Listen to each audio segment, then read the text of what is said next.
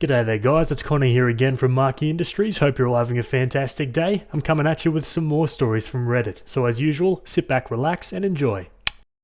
Okie dokie, we're on relationships once again. This one was written by user My Mind is in Bora Bora and it's titled My boyfriend is hiding all my stuff and I have no idea why. My boyfriend of 5 months just moved in with me 3 weeks ago. He had some problems with his apartment, damp walls, and it has to be renovated. As my roommate is currently spending some time abroad, I told him it would be okay if he stayed at my place for 4 to 6 weeks. He'll be able to move back to his own apartment by that time. So now we've been living together for 3 weeks, and things started out great. Jealousy has been a bit of a problem between us because we often go out separately, probably once a week, but coming home to the same apartment helped him get over his unjustified jealousy.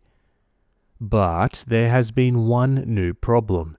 Now this may seem petty at first, but I'm really at my wit's end with this one. Ever since he moved in with me, things started disappearing and then reappearing one day later in the same place they were missing from.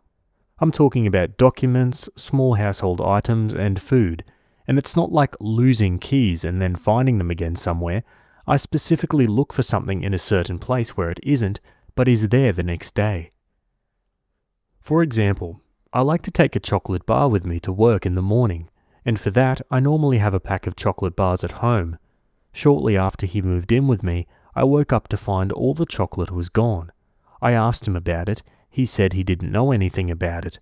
I come home just to find the chocolate bars are in the cupboard again. I ask him and he says he doesn't know anything about it. Maybe he just didn't see them in the morning. We're talking about a large pack with about 12 chocolate bars. How can I not see that?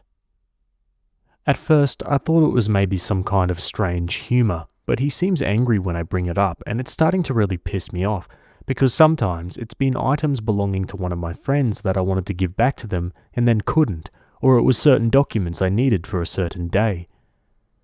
Now, I have absolutely no idea what this is about. I am not crazy, I just don't understand at all. He gets really angry when I talk about it, saying I'm making this up just to cause drama. Why should I? I have no idea what's going on. Any ideas? Whew, yeah, this is strange. Is this some weird power trip or something? I don't understand. Let's go to the comments. He's gaslighting you. Run. Opie says, someone else used that term too. I looked it up on Urban Dictionary, but I'm not sure what it's supposed to mean. And why would someone do that? I mean, what's the goal behind it? A commenter adds, the goal is to make you think you're crazy so you doubt your own sanity, and he's the one in control of the situation and is always right because you are clearly insane. To expand on this comment, it's a way to manipulate you and increase his control while diminishing yours. It is a setup for an abusive relationship. It will manipulate the victim into dependency on the abuser, making the victim mentally unsure or unable to leave the relationship and often financially unable to do so or have no way to obtain the means to leave. You may want to question his motives here. Would someone you care about and supposedly cares about you too want to make you feel insane? What motive would he have to move your things, then put them back? Opie replies, I don't know, this sounds really messed up. He's a nice guy, and I don't know how to put it. He's not the most academic guy. This sounds like serious psychological manipulation. How long have they known each other? I've known him for about 2 months. We met at a mutual friend's party. I was just out of another relationship and wasn't interested in dating, but he showered me with very romantic gifts, gestures, and letters, which I hadn't known from any of my exes, and so we started going on dates about a month after we met. He wanted a relationship very quickly, and at some point I thought, why not? Another comment says, the fact that he acts like you are crazy when you ask is the problem. The fact that he accuses you of trying to start drama is a problem. He wants something from you but won't articulate what it actually is. You did mention there was a jealousy issue. I don't know if these are in any way connected, but they could be. Bottom line is that you're seeing what he is like when you're living together, and it is not good. Opie replies, the jealousy issue was nothing special. He doesn't want me to go out with my group of girlfriends because most of them are single. I think he just has a wrong impression of what girls do on a night out. We sometimes got in a fight, but it's gotten a lot better in the last 3 weeks. On to an update 9 days later. First of all, thank you all very much for your suggestions, advice, support, and concern. I've gotten multiple PMs asking if I was okay, and I really appreciate it. So, back to my situation. After I read all your comments and did some reading on gaslighting, I was really freaked out. Plenty of you told me there were other red flags in our relationship. It got me thinking, and more stuff came to mind that should have worried me a long time ago. Our whole relationship felt pretty rushed from the start. I didn't even want to date, but he showered me with romantic gifts, gestures, date ideas, texts, and I finally gave in. He was pretty upset when I didn't want to say I love you from the start, when I didn't want him to meet my family right away, when I didn't want to have sex without a condom, you don't trust me, and when I didn't want to book an expensive vacation with him.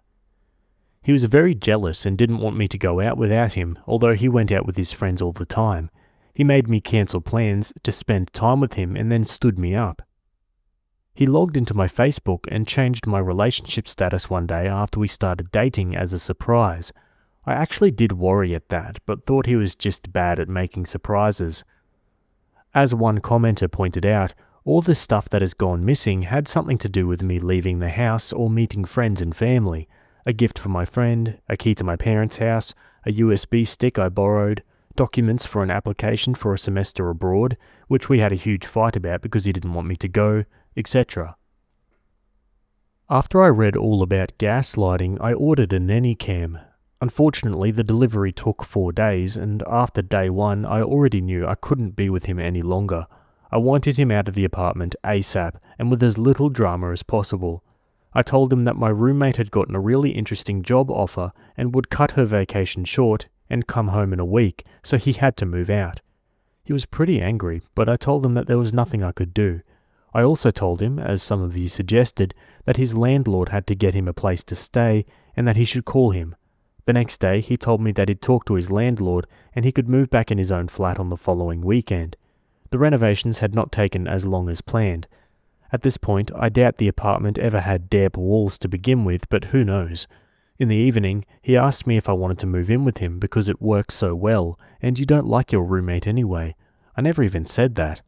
I told him sure, I would move in with him in June, and he was pretty excited about it.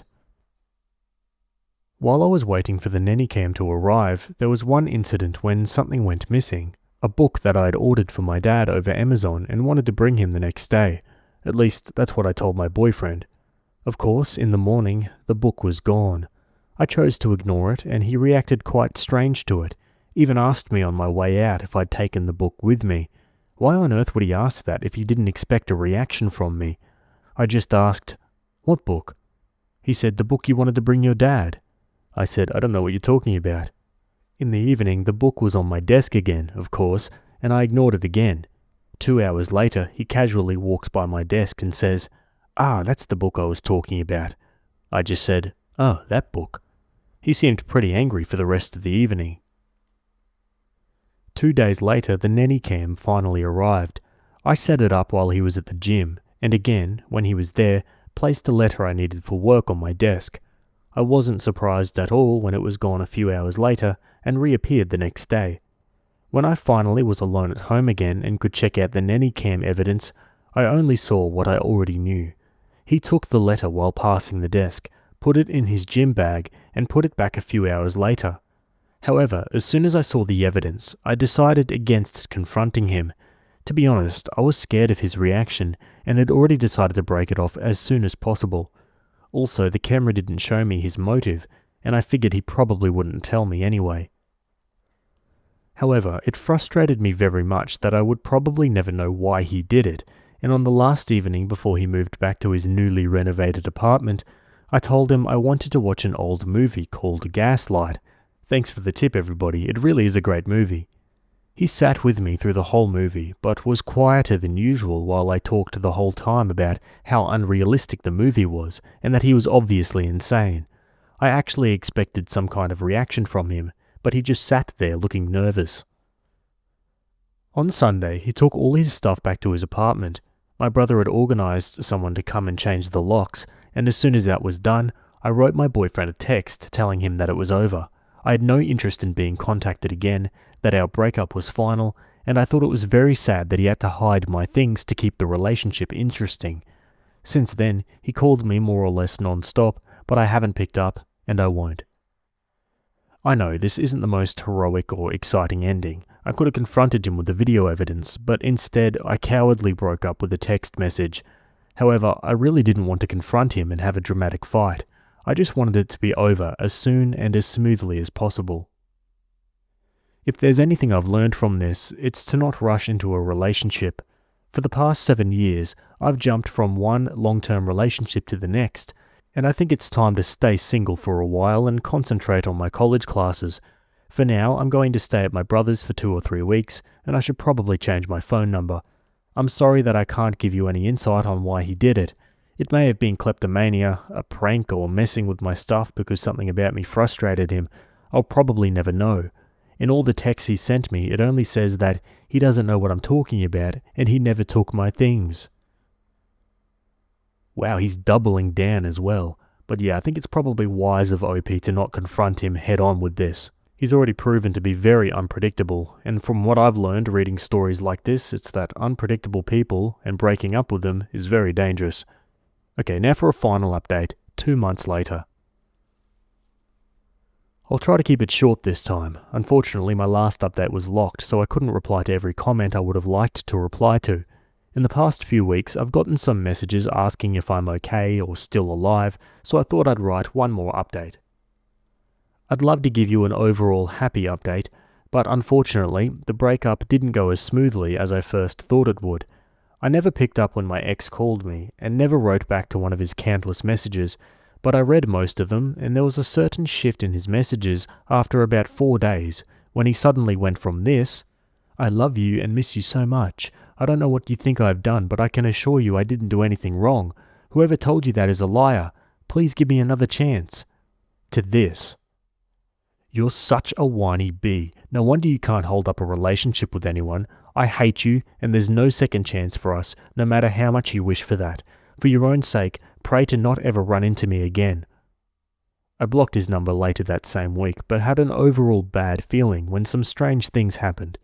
Some friends of mine called to ask if I'm okay, and they were all under the impression I'd broken up with him because I wanted to concentrate on my mental health.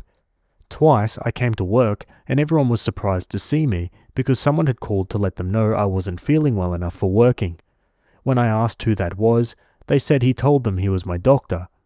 Also, my ex wrote to my mum on Facebook.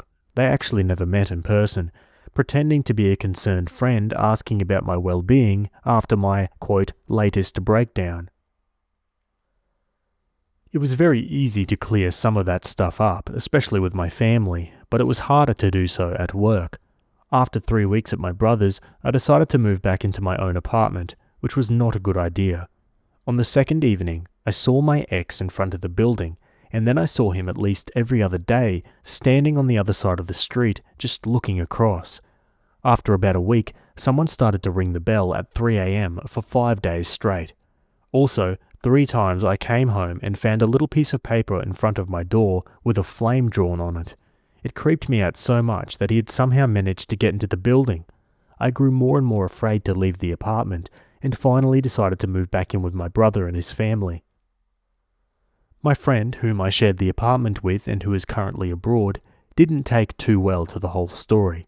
She was furious when she heard I changed the locks without telling her, and even more furious when I told her I'd be moving out because that was not what we initially agreed upon. However, I just can't go back there. In hindsight though, I probably should have involved her more in the process. I did ask her parents if it was okay to change the locks as it is their apartment, but I didn't speak to her about it. I feel really crappy about letting him stay in her apartment in the first place. I also went to the police to get a restraining order. It was a surprise to me how hard it is to get one of those. I needed not only evidence of him harassing me, but also evidence of him threatening my safety. However, after long hours and much patience from my sister-in-law, I got one. The bright side is that I got approved for a semester abroad, which starts in October. To not burden my brother any longer, I will already leave in August and maybe travel around a bit. I'm already in a Facebook group with all the other exchange students that will spend the next semester there, and I think I certainly won't be alone. When I'll come back, I'll be looking for a small apartment on my own. I still don't have Amazon Prime, I'm sorry. I can't thank you all enough for opening my eyes after my first post here. I actually had no idea what was going on, even if I had a feeling that something was off. You guys saved me from a very abusive relationship, and every day I'm grateful I got out of it soon enough. Wow, yeah, this sounds like the start of a horror movie or something, or like a serial killer kind of origin story. I think leaving the country to study for a bit is probably your safest option. Let's read some final comments. There is nothing cowardly about breaking up with a psychopath on text. Confronting someone this unhinged from within strangling, stabbing or shooting distance is a prelude to a news report about you going missing. A lot of the time, abuse victims have yet to realise that their abusers don't have the same sense of courtesy they do. The abusers count on the fact their victim will see them one last time, whether to clear things up, for closure, or to properly break up, because it's their one chance to get their victim back under control. That's why breaking up over text or social media is much safer, and if you absolutely have to see your abuser in person again, do it in a public place or with other people you trust in the same room. While I appreciate the general horror of this and I'm glad Opie is okay, I feel so bad for her roommate. Not only is it not clear whether Opie ever got permission to move some strange man into their shared space, but now she also will likely have to deal with this freak staking out her apartment until he realizes Opie has moved. Like again, I'm sorry for Opie, but she's got to be one of the worst roommates I've read about on here. Yeah, that's an interesting point actually. What do you guys think? Let me know in the comments below. Anyway, we're leaving that story there, and we're going to move on to another one. Alrighty, this next one's from the Today I Effed Up subreddit, is written by a throwaway account, and it's titled, Today I effed up by thinking my daughter was being assaulted and sending her boyfriend to the hospital. I'm still trying to process what just happened. Today was my daughter's 19th birthday, and I wanted to surprise her by coming home early with a cake. I brought the cake home, slowly tiptoed to her room to surprise her, and heard something I will never unhear. She was having sex with her boyfriend and saying, "Please stop, it hurts, stop it." I ran in, screamed for him to stop and pulled him off my daughter. I was shouting at him and my daughter was mortified and screaming at me. I threw him to the ground and accidentally knocked him unconscious. My daughter was frantically explaining to me that it's a fetish and he wasn't actually hurting her. I told her to get dressed, found a blanket to wrap her boyfriend in, and I rushed him to the hospital. He's doing okay now and isn't suffering any major injuries, but I feel awful. I'm not an aggressive person, but it was my daughter and I truly thought he was hurting her. Edit, I'm her strong mum. Wow, this blew up. Thanks everyone for the nice messages, advice and sweet comments. I haven't been able to get through it all, but I will, and I'll reply to whoever I can. It's currently 3 a.m. and I just cooked him some food and I'm going to visit him and my daughter at the hospital. His parents live out of town and want to visit tomorrow. Please pray for me. Wow, a strange fetish, but yeah, this is just a misunderstanding, I think, nothing more. A very unfortunate misunderstanding. Jeesh. Let's go to the comments. Hey mama, I'd have done the same F up. The kids are okay, and now we've learned. Well, I'm not sure what we've learned, but the kids are both okay. Opie says, that's all that matters. Thanks, mama. I don't know what we've learned, but the important thing is, we're learning. What happened to the cake? I dropped it, icing face down on the floor. The carpet will never forget. The cake was the true innocent victim in all of this, not the boyfriend. Rest in peace, cake. You would have been tasty. I feel bad for the carpet, though. It didn't expect to get creamed as well. God, the puns. Okay, Opie updates 1 month later. Hey everyone, this happened a few weeks ago, but I haven't had time and just wanted to make sure everything had settled down before updating. In the original post, I left out some details that caused a lot of confusion, so I'll clear those up now. When I went into the room, I grabbed his shoulders and started screaming at him. He stood up and I pushed him down. I went over to my daughter to make sure she was okay, and she was screaming that it was a fetish. Her boyfriend was unconscious and we sat there trying to wake him up. He woke up and was conscious but was shocked and confused. He was wearing his jeans with his wiener out while they were having sex and was also shirtless, so I wrapped a blanket around him to cover his genitals and upper body and helped him into the car. In the car he zipped himself up and I gave him my sweater to wear. I realise now how my original post might sound like I was driving him around unconscious, but I would have called the ambulance and not tried driving him myself, as this would have been life or death, so I'm sorry this was misleading. Hell, I probably wouldn't have been able to carry him to the car. I'm just a strong but average-sized lady. Anyways, since he was conscious at the hospital, they just had a nurse check up on him, but he had to wait to see a doctor, so he was in the ER for a while. The doctor did some scans and found that her boyfriend, thankfully, didn't have any injuries. He said that most likely her boyfriend fainted since he didn't hit anything on the way down and woke up shortly after. Her boyfriend has also fainted before, long story, so thankfully he was unconscious due to the fainting and not the actual knockout. After the doctor determined he didn't have any injuries, I called his parents to tell them, and they decided they didn't need to make the long trip. My daughter's boyfriend begged me not to tell them the specifics of what had happened, so we kept it at that. For my daughter, we had a conversation about her kink. She says she has a safe word and has never had to use it, and her boyfriend always takes care of her after sex to make sure she is okay and loved. I told her that I didn't want her to be afraid to have sex at home because it's a safe place, and I don't want her to feel bad over this. I installed a lock on her door as a little I'm sorry gift. I think this is something I should have done a while ago to give her some privacy, and I'm glad I've got that covered now. I also vowed to never have any surprise visits again. For her boyfriend, I got him a card, some chocolate, and I paid for him to have a night at an Airbnb with her so they could have a private night together. One comment says, "Great mum on all fronts." Exactly, Opie booked an Airbnb to satisfy her daughter's kink. Opie says, "Thought about a hotel room first, but didn't want another today I effed up involving police knocking down the door this time."